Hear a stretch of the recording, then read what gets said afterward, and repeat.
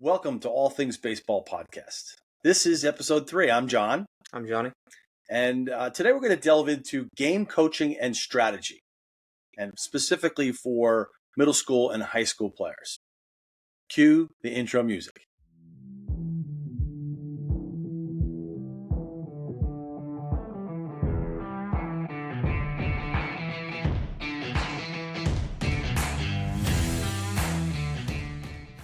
Hey, so welcome back. So we're talking about game coaching specifically for middle school age and high school age. And by the way, before we start, please like and subscribe. It really helps us out. You can find us on Spotify, Apple Podcasts, iHeart, iHeart and YouTube. Yeah. Okay, so just get that out of the way now. Anyway, we're going to talk about, I think the first topic to talk about when you're coaching is understanding the level of execution that you have with, that age group. Definitely, yeah. So one thing we talked about was the pace of play and why it's so important. If you have a catcher that is slowing down the game, and I can speak from experience, I caught for a number of years, if you're not speeding up the game and getting the ball back to the pitcher quickly, it can slow down the pace of the play, in-game play if you're not hitting your cuts, and, you're not getting it back to the pitcher quickly, it usually will slow down the pace of play, right? Definitely. And I saw we spent a lot of time coaching the catchers to get down, give the sign, keep moving. It makes things go just a lot faster. We think that because the level of execution is less in that age group compared to major leagues, that it's really important that that when we're coaching them, that we understand when we're watching the other team, where their level of execution is. Yeah. So that, that kind of takes us into, we don't have analytics like they do in major leagues. So a lot of things, you're seeing teams new, you don't have analytics, a guy in your ear or calling into the dugout and giving you information. So you're really going to be in-game scouting, when? I mean, right before the game? Right before the game, yeah. Right. And this comes from years of playing college, high school, and middle school, and coaching high school, middle school baseball. So we've seen teams that come in and we can already see their level of preparation just by the way they're throwing. They're doing sprints, stretching. You can kind of get an idea of what they look like right when they step on the field. Yeah, it's important that you get the whole team involved in the scouting. So, for example, the first thing that you're probably going to notice is who's got the best arms on the team, and we talked about speed. Definitely. So when you watch a team before the game starts, when they take sprints, watch the fastest guys. Are their first steps good? Are they beating out the rest of the players by 3 or 4 steps? And then most likely their leadoff hitter is gonna, try to drag bunt, or he's gonna try to steal. He's looking to take an extra bag so his second, third, and fourth hitters can drive him in.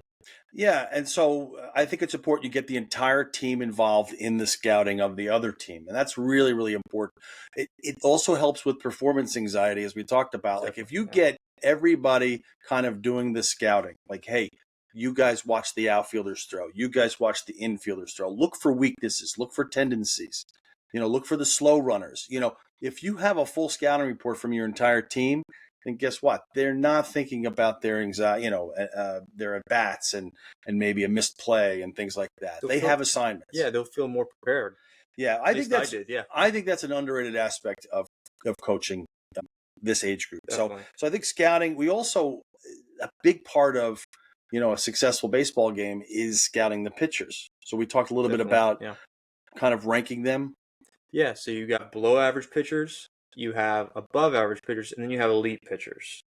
And usually before the game starts, you can see the pitchers warm up, and you get an idea of, what level they're at, and what kind of preparation goes in to creating a game plan against this hitter.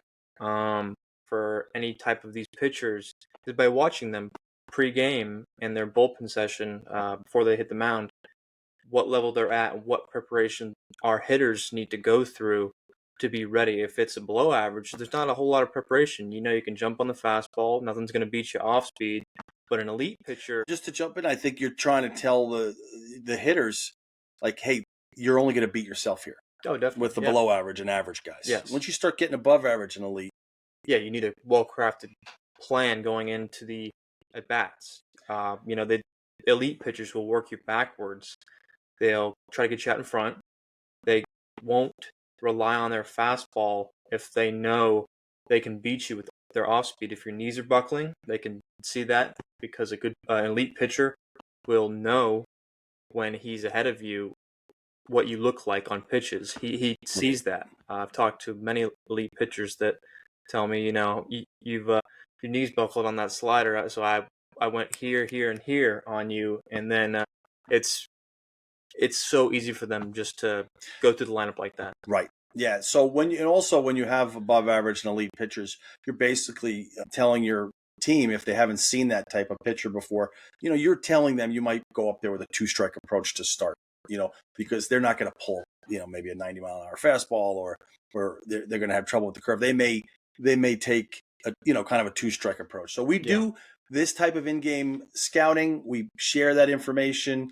Obviously, conversely, looking at the hitters, the catchers are looking for free swingers, guys that they'll chase, because we're taking kind of inventory of all the hitters that we think we can get out throughout the game. Definitely. Yeah. Yeah. So scouting to me is really, really important, and making sure that we kind of communicate with our team what we see, and then they're a part of it. And then kind of the next thing that we talked a little bit about, is how to manage a game, especially if it's a time limit game, which is much different than a non-time limit game. And at this age group and in middle school, they do a lot of time limit games. I don't think there's time limit games in any high school games, but in middle school games, if you're managing a time limit game, I can tell you that it's very, very different. There's a lot of things that change, and even the substitutions. I mean, if you're in a developmental type league, middle school league, then you're going to want to make sure that you're getting your players in and getting them reps, and then you're going to want to make sure that you get them in the second or third inning. Yep. You may only play 4 or 5 innings in an hour and 45-minute time limit game. So managing a time limit game is very different. You do have to really pay attention to who you're starting, who's coming in as subs, because you get late in the game strategy wise. If your starters are your best players, and then you're subbing them out and bringing in the other guys, and they don't bunt well or they don't steal well, you may want to roll back in your subs in a really tight, your starters in a really tight game, so that you can, maybe do a strategic move that you couldn't do with maybe a player who's not up to it. Definitely. Does that make sense? Oh, for sure. Managing a game for a time limit game, just things that you have to keep aware of, I would say, which I hate. When you get into the end of the game and you get close to the time limit game, let's say you're the home team and you are winning, and you have like a minute or two left. I always hated those coaches that would call timeout, tell their player to tie their shoes, that type of thing. Bush League stuff. Yeah. I hate that stuff. It's one of the reasons why I hate time limit games. But you can do things. You can change pitchers. Catcher can work a little bit slower. We told them earlier in the game, keep the pace of play going. In a time limit game, you might slow down a little bit. Yeah. Just a little bit. I mean, you don't want to beat the clock, because you're not in normal baseball. When you get to high school, college, and beyond, you're not playing against a clock. You're playing innings, like traditional baseball. Right. So there's no time limit when you get to those levels, and really, you're not preparing yourself for high school baseball when you're in middle school, but you're just getting quality reps, and you just want to be ready. For sure. So I would say that in terms of managing a game, you still want to keep the pace of play. Obviously, as you get later, you're going to be aware of, because if you're playing in a tournament, you're going to have to manage your pitchers. You're going to have to manage your pitchers, and you don't want to pitch them more than they need to. So you do have to be, careful not to, play an extra inning that you probably could have prevented without the Bush League stuff. Yeah. So that's a fine line. Anyway, managing a game is very, very different with a time limit than not. That's the point we wanted to make. And I think you just, especially with subs and making sure that you have a plan for subbing in your players and subbing them out so people can get their at bats and whatever. Let's talk about pitching because, when you're coaching a game, who do you like to call the game? Do you like the coach or the I catcher? personally, when I caught, I love calling my own game. I felt like when I developed a rhythm with my pitcher and he felt comfortable with me, then I felt like the game was so smooth. Right. I felt like if we could get ahead of hitters and we could get outs, we were just in some sort of sync. It just made the game run so well. Right. And when he shook me off or when we were getting knocked around, I usually took a lot of blame and a lot of responsibility for that and not so much the pitcher. Right. Because it's my job at the time to know what is working well before the game even starts in the bullpen. Right. When he's getting warmed up. So I have to have an idea of how he feels and ask him questions and let him, tell me if some things aren't working so that I know when I'm going out and when I'm calling the game, okay, if the fastball is running high or he's leaving it over the plate, then, we need to set up maybe a ball out and let him find the plate in the corner and the off speed, let's just see if, what's breaking and what's finding the strike zone. And usually with elite pitchers, it's, it's nice because they always come well prepared, and you can watch big leaguers. They're all very well prepared. Yeah. You can see there's a level of intensity and preparation they go through that is far beyond a below average pitcher who, may struggle with confidence or may struggle with the pitches he's throwing, doesn't feel right throwing them in certain situations. So do you feel with in-game coaching, with pitching, the coach takes on more responsibility to keep the pitcher focused and prepared, or is it the catcher, or a combination? Like, what do you think it takes more responsibility? I think it's the catcher, and I think the times when it needs to switch, maybe it is a below average pitcher, and if the game's getting out of hand, I think the coach can take over and maybe take on that responsibility. Yeah. I think that would make sense. I think so. I think that also with the pitchers and the coaching pitchers during a game, you can't get too technical. You can't really start doing mechanics. It's kind of like hitting. You can't really, when a hitter's in the batter's box, you don't want to be going over elbow up, elbow down, whatever it is that coaches like to say. With pitchers, I think it's important to understand that get them committed to executing a pitch, not necessarily which pitch you're calling. Yeah. Like, get them to understand, hey, if we call a pitch, and that's the pitch, executed to the best of your ability. Definitely. There are times when you may allow a pitcher to overrule the catcher. You might have a good relationship with him. I just thought of the Bull Durham scene where he kept shaking him off, and he's pitching it was like a one hitter, and he's like, no, I'm throwing the meat. I want the He's like, he's shaking me off. He's telling the batter, Kevin Costner, he's telling the batter, he's shaking me off in a one hitter game, and it's funny. He tells, if you haven't seen Bull Durham, he tells the batter, fastball's coming right here, and he hits it out of the park, and he goes out to him in the meeting, goes out to the mound, and he goes, wow, that went a really long way. It's like he knew it was coming. He goes, yeah, he did know it was coming because I told him. Right. And And the point of that whole movie in that scene was that Nuke LaLoosh learned not like he should listen to his catcher, who was a 10-year veteran in the minor leagues. So yeah, I think having that relationship where a catcher is strong is really, really important, and it takes a lot of the burden off of the coach to in coach. Let's also talk about like making sure that your pitchers, they vary their holds. They're throwing over, in terms of pickoffs, that they aren't one lookers to second base. There's a lot of things that it goes back to the reminders thing, that you're making sure that you obviously teach them these things in the practices, and then in the games at this age group, you're reminding them, hey, vary your looks, especially as you get late in the game in a tight game, because people are looking for tendencies. Definitely. Yeah. So I think that's important. The holding runners on thing is a big thing.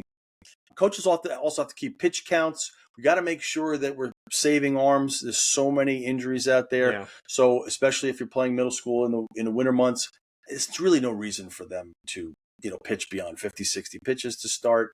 probably less, and then just build up to maybe 60, 70 pitches for starters if they, if they're doing well and they feel good and all that. But I think, making sure that the guy who's doing the book or the woman who's doing the book is close by, so pitch counts, you're keeping track of the game, stuff like that. It's kind of like your only analytics. Definitely, yeah. Yeah.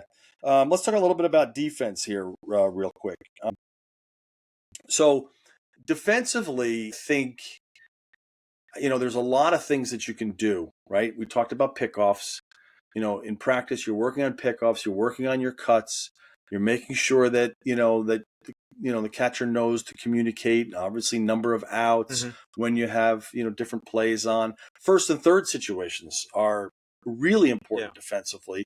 I think it's important that coaches communicate and catchers communicate to their fielders, like, what are we doing on maybe an early steal or first and third? Are we throwing through, or are we trying to keep that runner at third? Yeah, if we want the runner on third to hold and we don't want him to advance, especially if they got first, third, and their guy on first is stealing, if the runner on third is looking to take home once that guy takes second, we probably want to hold. I mean, if it's crucial and we don't need that run to score, then I'm holding. If early in the game and it's 0-0, I feel like, throw through, let it go. General rule, early in the game, if your catcher's good and you've done a pretty good job of holding and throwing over whatever, let him throw through, get that out. Now, late in the game, obviously, you can put a play on where you pump fake and go to third. Some coaches will teach the shortstop or second baseman cutting across. At middle school, that's really hard to execute. Definitely, yeah. Don't you think? Definitely, yeah. If high school, it's a little bit easier. Yeah, if you know the guy on first is trying to get into a pickle and he's baiting the guy to throw over, right, and get into a pickle, he wants the guy on third to score when usually he gives it up, or when the first throw is made and the first baseman or whoever catches it and takes that ball throws, and it keeps their eyes off the guy on third. But really, it should always be catchers watching the guy on third, the runner on third, and the third baseman is making sure he doesn't break home. Right. So as soon as he breaks, it's wherever that ball is, give it up to your catcher, the guy who's going home. Right. You don't want him to score. So yeah, I think it's obviously late in the game they're going to try to do that, and if you're communicating with your team like, this guy can't score, then they kind of know how to set that defense. We also teach the players, in practice, we teach the pitchers, like, if it's an early steal, hey, step off. You could fake the throw to second base and then look back at third, and sometimes you get that runner, who's thinking he's going right on the throw. Or if you don't, not that you don't care about the runner at third, but if they're giving you an out and that guy wants to get in the pickle, you hold the runner at third, and then you go get that runner real quick, and then maybe you can prevent that runner from scoring. So that's the best case scenario. Worst case scenario is guy on first advances to second. We try to throw home late because he's taken off way too early, and he's gotten way too far down the line. He scores, the guy's on second, and which you see a lot of. You do so you do have to practice it, but just making sure you communicate in the game, which is the priority. I think that's important for sure. You also have to have signals too, right? So you have to have signals. We talked about this, like, if I said to Johnny, like, okay, what does this mean? That means first baseman is playing behind the runner, first. Right. If I go like this, he's playing in the hip pocket of the guy on first. Yeah, so he's playing behind him. He's close. Okay, and then if I go like this to a fielder, everybody's coming in. If I go like this, moving back, and that's for the outfielders. We usually position our infielders kind of, right, a certain way if guys are pulling or guys are late. Right. I asked a coach that I'm friends with, that he's a very well-known, top coach in Alabama, and just talking about signals and how to communicate picks. He calls most of the picks unless the infielders see something and they want to do it. But it's really important not to give away the picks. At middle school, it's hard to get their attention sometimes because they're not looking in. If there's a runner on second base and you want to pick and they're not even paying attention to you, that's very frustrating. It is. But it is a coaching thing. Make sure that they know, look for the signal. You might give them a different signal, for maybe a daylight play or a timing play for different picks, or an inside move. There's 3 or 4 different picks that you could Right. put on, and you want to vary them, so maybe, they get them. I always find it interesting that when you have a pick play on, some of your inexperienced middle infielders, they actually are really trying to keep them close. Yeah. And when they really should be letting them relax so they can pick them off. Right. And then when you don't have a play on, they're relaxed and he's gone. So it's really an important coaching thing to make sure they understand the purpose. And that goes back to what we talked about in the beginning, is being prepared. When a guy is looking to take the extra base and he's looking to steal, is usually first, second hitter, eighth, ninth guy, they're speedy guys. Right. And they're waiting for pitchers to look back home, and they're taking the extra step, but they're not getting too far. They just want to get enough to where they can get 2 or 3 really good first steps, so they can, let their speed take over and take the extra bag. Right. So defensively, just kind of, going through it, it's important to communication's key. You got the priorities for pop-ups, making sure that the catcher is going to be like a field general, and also calling things out, calling bases for the cuts. We talked a little bit about cuts real quick, and if you can kind of help me with this. Yeah. One of the cuts that's, I think, the hardest to kind of work on is the double cut or the tandem cut. So in this instance, like if we had a runner on first base, less than 2 outs, and the ball is hit down the line, let's say left field line, the tandem cut is really hard at this age. And so you have to practice it a lot. But in the game, the catcher is so important to make sure everybody's lined up. So if he yells, double cut, and the left fielder goes over, we have the shortstop who comes over and gets the throw. What's in the playbook by Ron Polk, he has the second baseman as the trailer, kind of about 15, 20 feet maybe behind the shortstop, because invariably his throw will be missed and you need someone there. Then you can either have the first baseman coming in and taking the second cut from the shortstop, or you can have the third baseman come in and be here. So that's kind of like, your preference. The coach from Alabama said he found it really hard for the offside middle infielder to come over here. And he actually has the third baseman coming in as the trailer of the shortstop. So the third baseman comes here as a trailer, and then the second baseman's a little bit closer to third, comes over to third. Okay. So the key of this play is, if this runner, we have a chance to get him out at home, we get him out at home. Mm-hmm. But at the very least, we want to prevent a triple.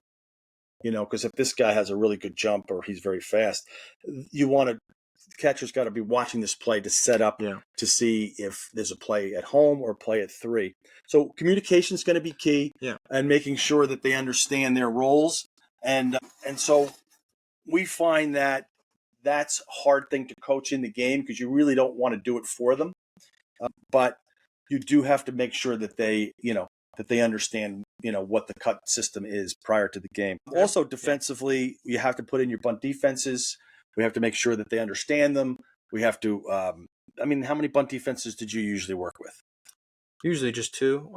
There weren't too many, but it was get the sure out, sacrifice, just get the sure out. Right, so runner on first. That runner is not important, and we're just looking to get an out, and we're having get that out of first. Right. Yeah. If he's slow and he falls down, you can get him. But basically, third baseman's charging. Yeah, first baseman, a hard bunt back to the third baseman or pitcher. Right. Turn, make the throw to second, roll the double play. So we won't go through all the bunt defenses here, but we basically make sure that you communicate which bunt defense that you want to be in and what the purpose is, especially late in the game. You got a runner on second base.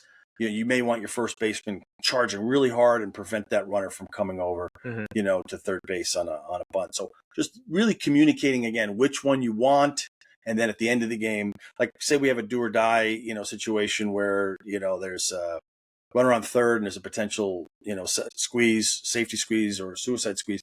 You want your infielders knowing like, hey, this is like tie game, down by 1, whatever it is. You're telling them it's a do or die play. Like you got to be charging and getting that ball home for either a tag or a force out. It was not the last College World Series, but 2 College World Series ago, I saw a great play by the first baseman. I think it was Florida. It was a suicide squeeze, and he actually glove flipped to the catcher because he knew the guy on third was so fast. He didn't have time to flip to the glove to his hand with the ball and make like a shovel or a toss. So he glove flipped, and sometimes that's what it takes. And it was like a diving glove flip as well. Like that's how fast the play was, and he got him out by like maybe half a step. It was Right. bang bang. Quickly on defense, other things that you can do, you can intentionally walk up their big hitters, especially if, high school, you may only have 2 or 3 really big hitters. You might run into a few Aaron Judges. Yeah, for their high schools, yeah. But only a few. So you may want to intentionally walk players that just doing too much damage. Usually in a high school team, you don't have, maybe 1 through 4 is pretty stout, and after that, it's whatever. So you can intentionally walk. Again, a lot of it is just communicating what it is that you want to do.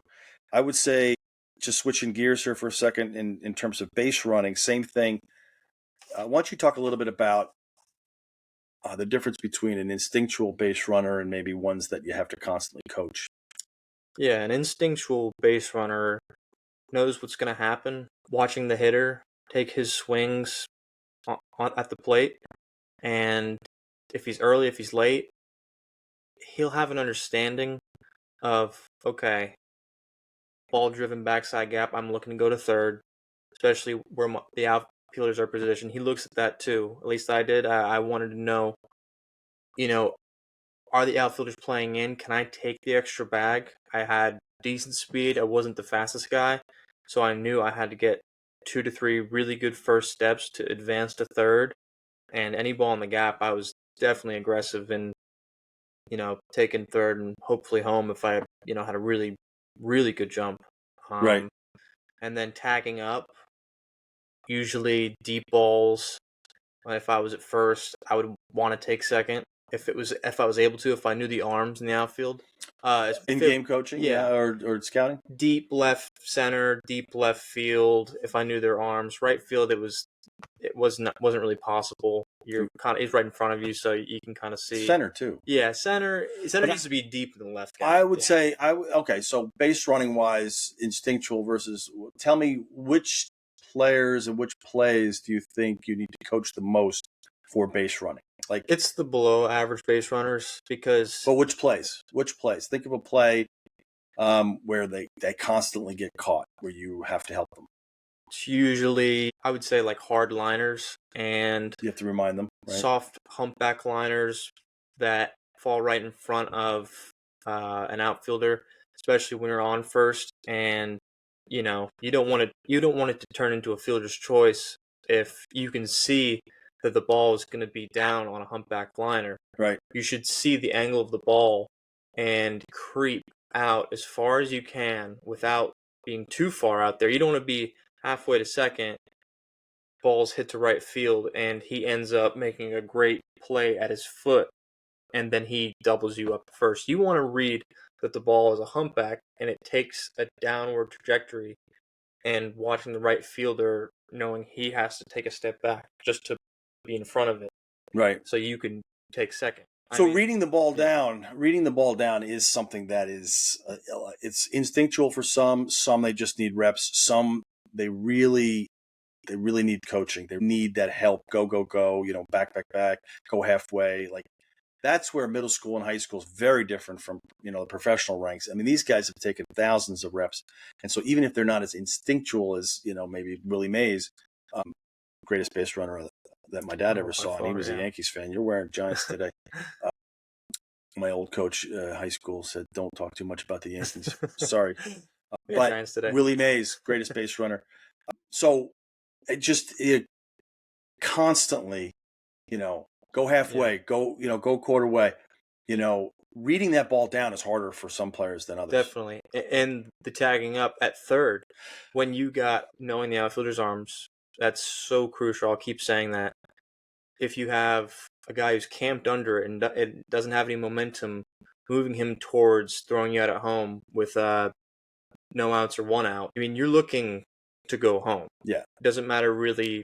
I mean, if you're a slow runner, I get it, but you should at least a little bit of speed. You should be able to make it home. Right. But a guy that is getting momentum pushed in towards him. If you're not a fast runner or if you have decent speed, your third base coach should help you with trying to score or just holding. So offensively, just like defense, first and third situations, you want to make sure that you're communicating what you're trying to do. Mm-hmm. If you go with an early steal, delayed steals, I teach the delayed steal. And the delayed steal usually was something that you would use. You had a lefty batter, right? A slow base runner, but you wanted to get a runner over. Maybe Mm-hmm. you really felt like the catcher was lazy. He'd go down on one knee. If it's a lefty hitter, he can't really see that shuffle and that pause and then that go. And then you've got two middle infielders who are lazy and maybe out of position. And so, we would teach the delayed steal. We like to have in our arsenal delayed steal, early steal, the double steals.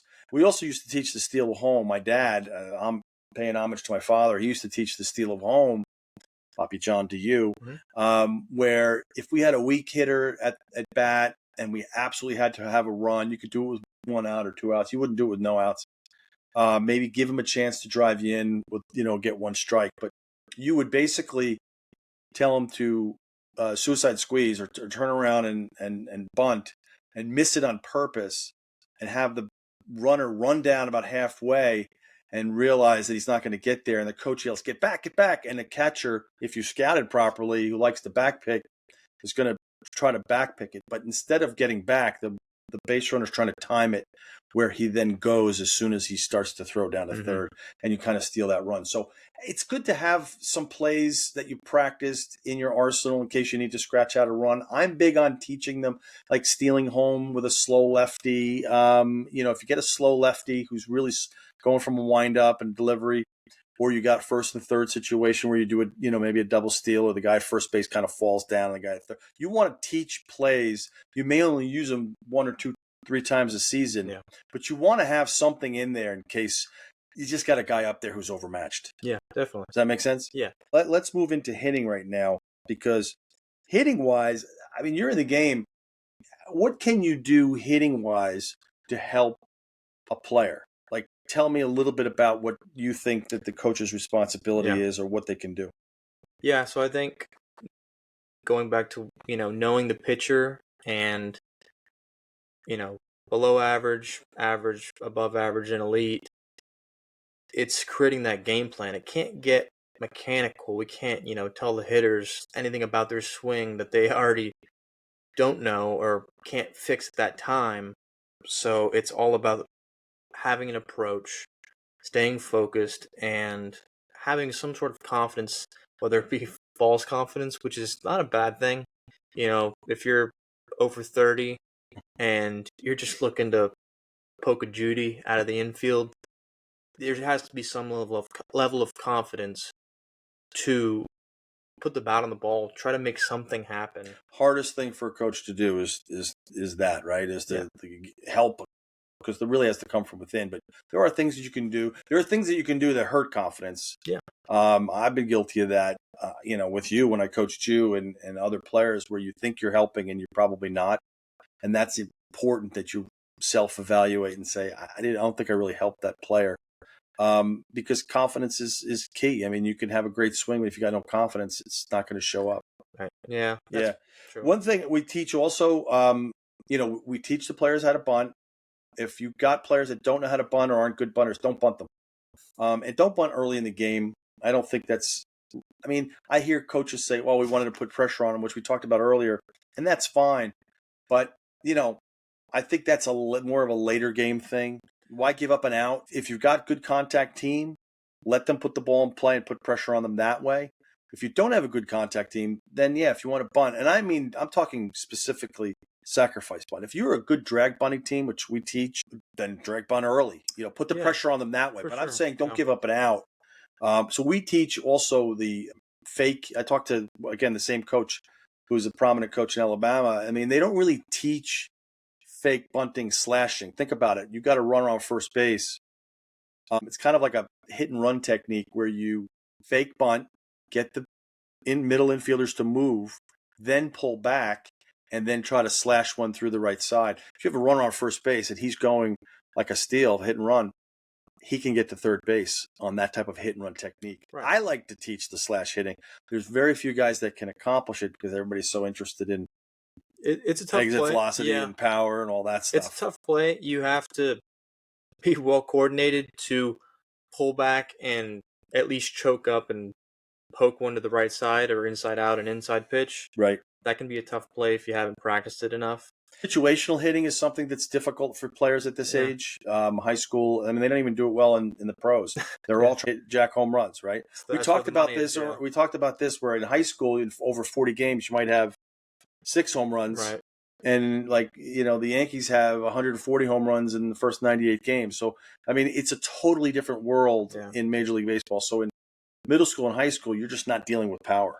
No, not really. I mean, you run into the big teams where nationally ranked and their 1 through 6 is they're all committed somewhere. Yeah, they can mash, and you have to pitch around them and figure out a really good game plan going into the game. For sure. But most of the time, it's going to be, teams that you can usually beat, and you're just, not giving them fat pitches and leaving balls over the plate. So we remind the hitters, if they're an advantage count or disadvantage count, what the approach should be. You should give them a game plan for an approach, especially if they're an elite hitter. Maybe go in there with a 2-strike approach.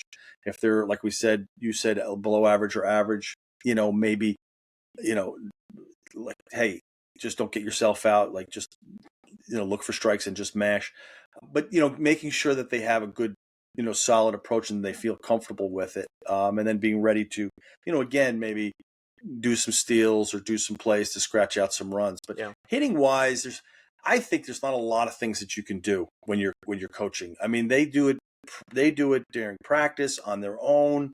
It's not really like you can coach hitting during the game other than situational hitting, like hit and run or drag bunting or, that type of thing. I mean, what else can you do? Yeah, you can't start giving them lessons in the box. Right. An above average hitter and an elite hitter will know ahead of time, what he's been working on and what he's trying to accomplish. It is the below average and average hitters that you do have to work with in practice, on certain things. You have to remind them of, things that they do have to work on away from practice, on their own. I think that's what makes average and below average hitters above average and elite hitters. It's, taking the extra step on their own. No question. So before we get to kind of the recap, there are some rules and reminders that we coach during the game. And I think any coach would probably want to make sure that they have a list of things that they want to remind their players of. And then rules, right, too. So backing up bases. I mean, you have to make sure that you've communicated in practices how to back up bases, but also remind them. I mean, that could be a game changer if you're not backing up a base. So that's a thing. Remember, you got appeal plays, too.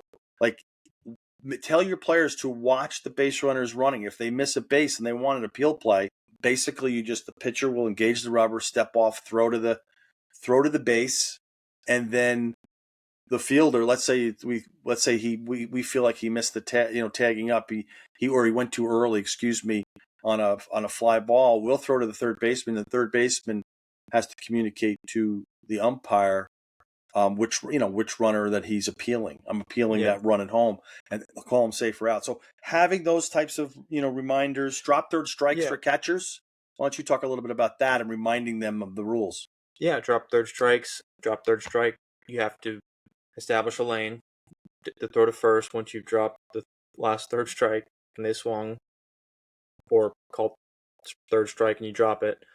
Establish a lane with your first baseman, inside or outside, wherever the ball is taking you, and, deliver a clean, hard throw. But if the first base is occupied, the batter's already out, so you don't have to. Right, unless there's 2 outs. 2 outs, yeah. Right, okay. But I wanted to go back to what you just said to kind of wrap up about where people should be backing up, especially, we already had this play drawn up from the tandem relay. Everybody has a place to be. So center fielder on this tandem is going over to left field to try to help him out if the ball kicks off the wall and he gets a better jump on it, and now he can make the throw to the next cutoff man. Right fielder is coming back somewhere around the play, whether it be a thrown away ball. Pitcher will be behind catcher, generally speaking. In this area. Yeah, this area. He's reading where the throw's coming from. Right. So if it's coming from here, he's over here. If it's coming from there, he's over here. If it's a play more towards third, he'll walk up third. The pitcher really has to be pretty. Yeah, he would. Pretty mobile. Right fielder would be somewhere in this general area. If the ball gets away from basically everybody, if he gets the ball, it's usually something has gone terribly wrong. But everybody's got a job on the field, so that's really important. I think everybody has a place to be during a play. So your fielders do have to communicate. We talked about that. And then really, just in terms of other reminders, there's obstruction plays and interference plays, and you're making sure that, that if you get into a situation, you can appeal to the umpire if he doesn't call it. I think it's important that coaches and managers at this age group understand at the older levels, they'll work the umpire. Yeah. Right. Whereas at this age, you want to make sure the umpire knows that you know the rules and that you're going to question them on it. And so, yeah, can that influence them? Maybe some of the umpires that, are easily influenced, you might get a call, especially if you're putting some pressure on them during the game. I don't mean like on balls and strikes as much, but more just, some pressure on them to hustle or to understand the rule or tell them they misapplied a rule. You might get the next call. So I think those types of reminders are important. The drop third strike we talked about, appeal plays, make sure that your team knows the slide rule so you don't get called out for a double play if they didn't actually turn it. Right. So you got to remind the young players there's a slide rule here, so you can't just come in, and obstruct the play. Of course, in the old days, they didn't have to worry about that. Yeah. Now, as far as kind of just doing a quick recap of what we discussed. So we believe in fundamental baseball, right? We like the baseball playbook, which is a Ron Polk book. Everyone who's a coach should have this book. Some people would say maybe it's outdated. I would say it's not. I would say it basically has everything in there to be a successful, coach.